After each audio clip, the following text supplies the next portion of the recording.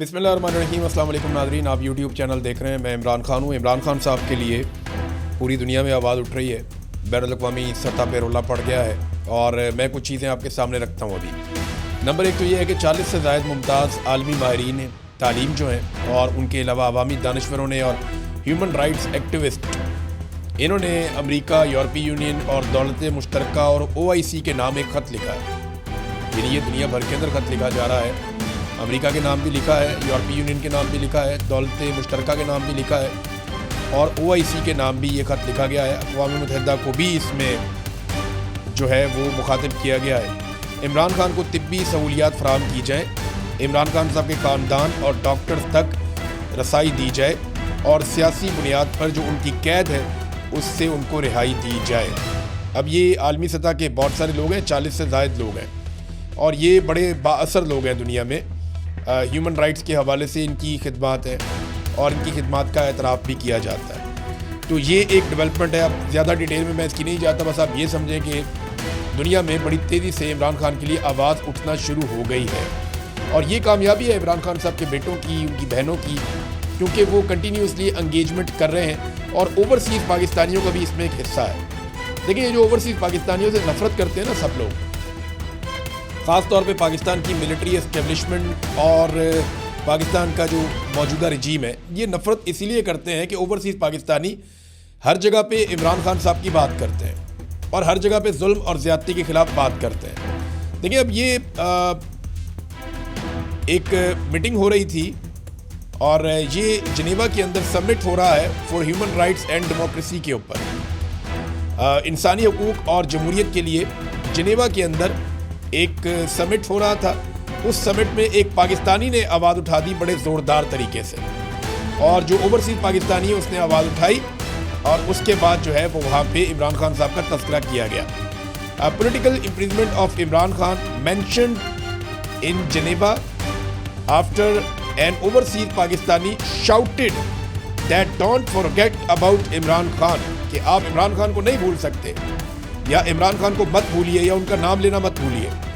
He is a political prisoner and former prime minister of the 5th biggest nation in the world, कि वो दुनिया की 5वीं बड़ी कौम का एक लीडर है और साबिका प्राइम मिनिस्टर है, आप उसे नहीं भूल सकते। और उसके बाद फिर इमरान खान साहब के लिए बाकायदा इस प्लेटफॉर्म के ऊपर आवाज़ उठाई गई और ये बताया गया कि रजीम कैसे इमरान खान साहब को दबा रहा है, रजीम कैसे पाकिस्तान के साथ जो है वो ज़्यादती कर रहा है। अब ये पाकिस्तानी डॉक्टर है सबरीना जिन्होंने ये हाईलाइट किया मामला, इन्होंने आवाज़ उठाई।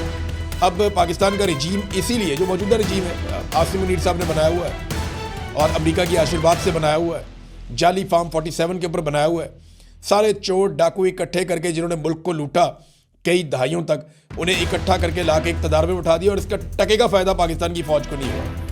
ये बात मैं बार बार कहता हूँ कि ये पाकिस्तान की फ़ौज को इसका टके का फ़ायदा नहीं हुआ, बल्कि उल्टा उनका नुकसान हो गया और फ़ायदा चंद लोगों ने उठा लिया। ये माफिया सियासतदान और ये चंद जर्नैल, इन्होंने फ़ायदा उठा लिया और पाकिस्तान की फ़ौज वो पाकिस्तानी अवाम से दूर होती चली गई और ये सब जानते हैं, इसके अंदर ढकी छुपी बात कोई नहीं है। तो ये दो डेवलपमेंट हैं इमरान खान साहब के लिए, हर तरफ जो है वो आवाज़ उठ रही है। नाज़रीन, सियासतदानों में सबसे लंबी जेल जो है वो जावेद हाशमी साहब ने लगातार काटी और मुश्किल तरीन जेल काटी। जावेद हाशमी साहब का अगर आप चेहरा देखें या उनकी हालत देखें तो आपको अंदाज़ा हो जाता है कि जेल की सख्तियों ने उनके साथ क्या किया।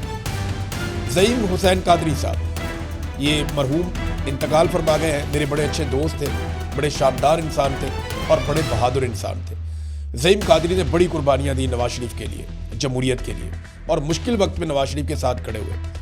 नवाज शरीफ और शहबाज शरीफ जो है उनकी अहलिया को कहते थे कि ऐसे ही लोग वज़ीर आज़म बनते हैं, ऐसे ही लोग वज़ीर आला और गवर्नर बनते हैं, लेकिन जब उन्हें इक़्तिदार मिला तो उन्होंने ज़ईम कादरी को टके टोकरी कर दिया।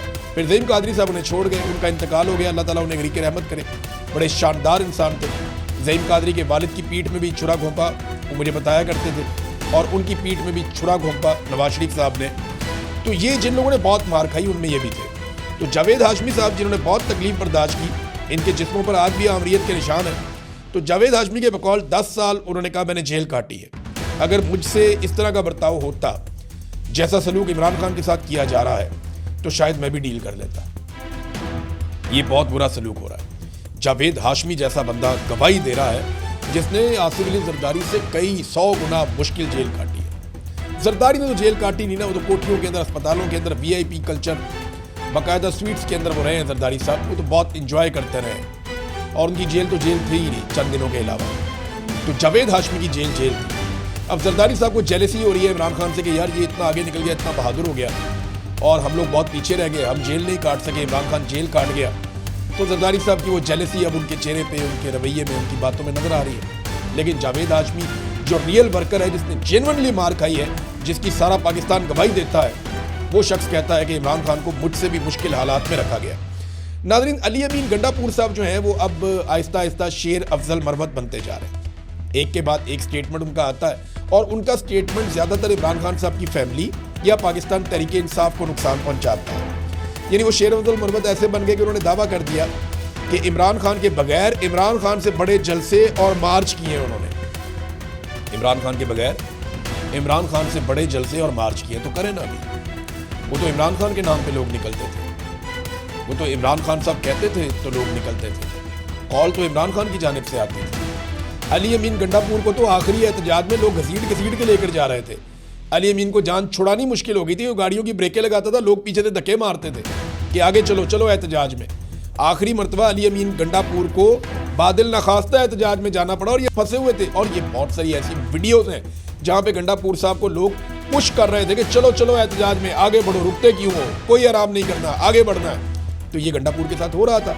गंडापुर साहब टाइम ज़ाया कर रहे थे ताकि लोगों की तादाद कम हो जाए, मोहसिन नकवी के लिए आसानी हो जाए। लेकिन लोग ज़बरदस्ती गंडापुर को आगे की तरफ धकेल रहे थे और तंग आगे बुशरा बीबी फिर अली अमीन गंडापुर से काफ़ी आगे चली, क्योंकि ये तो आगे जाता नहीं है तो मैं तो जाऊँ कारकुनों को लेकर, कम से कम मैं तो वहाँ पहुँचूँ जो इमरान खान साहब ने कहा हुआ है। बहरहाल आहिस्ता आहिस्ता गंडापुर साहब जो है उनको आसरा तो दिया हुआ है कि वज़ीर आला बन जाएंगे खैबर पख्तूनख्वा के, लेकिन ये होना नहीं है। जहाँ पे 90 के करीब MP हैं पाकिस्तान तहरीके इंसाफ के, तो आखिरी नंबर अली अमीन गंडापुर का आएगा अगर सारे फारे हो गए।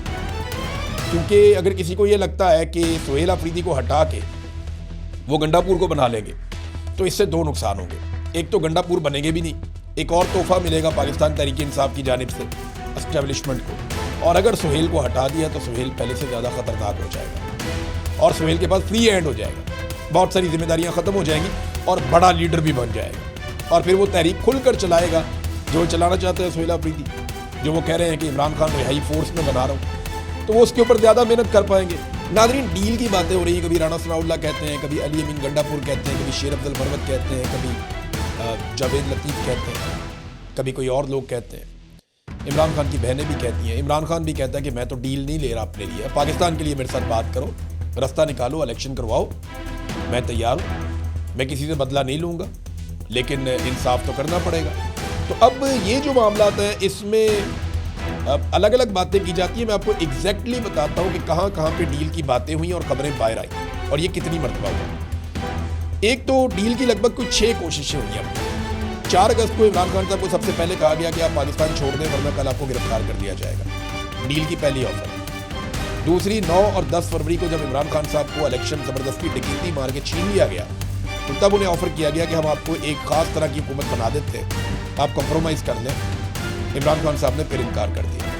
अक्टूबर 2024 में दोबारा से डील करने की कोशिश की गई जब एहतजाजी तहरीक अपने उरूज की तरफ जा रही थी। फिर नवंबर 2024 में दोबारा कत्लेआम से पहले डील की कोशिश की गई और वही बातें अली अमीन गंडापुर और बाकी लोग बताते हैं, लेकिन इमरान खान साहब नहीं माने। फिर अमरीकी डॉक्टर आए, अमरीकी बिजनेसमैन आया, इमरान खान साहब से मिला, इमरान खान साहब ने उनको भी साफ इनकार किया। तो ये डील की एक और कोशिश थी। और अभी हाल ही में इमरान खान साहब की आंख की बीमारी के दौरान एक मरतबा फिर कोशिश की गई कि इमरान खान साहब को किसी तरह से कोई रिलीफ इमरान खान साहब की पार्टी मांगे। अब तक के लिए इतने, अपना ख्याल रखिएगा, अपने चैनल का भी अल्लाह हाफ़िज़।